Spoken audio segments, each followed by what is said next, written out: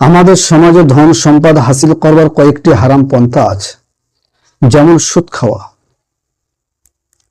সহিহ মুসলিম শরীফের হাদিসে 7টি কবিরা গুনার মধ্যে উল্লেখ এসেছে, তার মধ্যে একটি হলো সুদ খাওয়া। সুদখোরের প্রতি আল্লাহ দুনিয়া ও পরকালে রাগান্বিত হয়ে থাকে। সুদখোরে এমন অভিশাপ পত্র আল্লাহ এবং তার রসুলের সাথে যুদ্ধ করতে আহ্বান করা হয়েছে। আল্লাহ রাব্বুল আলামিন পবিত্র কোরআন কারীমের মধ্যে সূরা বাকারার 279 নম্বর আয়াতে আল্লাহ তাআলা বলেছেন, তোমরা যদি সুদের কারবার বন্ধ না করো তাহলে আল্লাহ এবং রসুলের সাথে যুদ্ধ করতে যে প্রস্তুতি হয়ে যাও।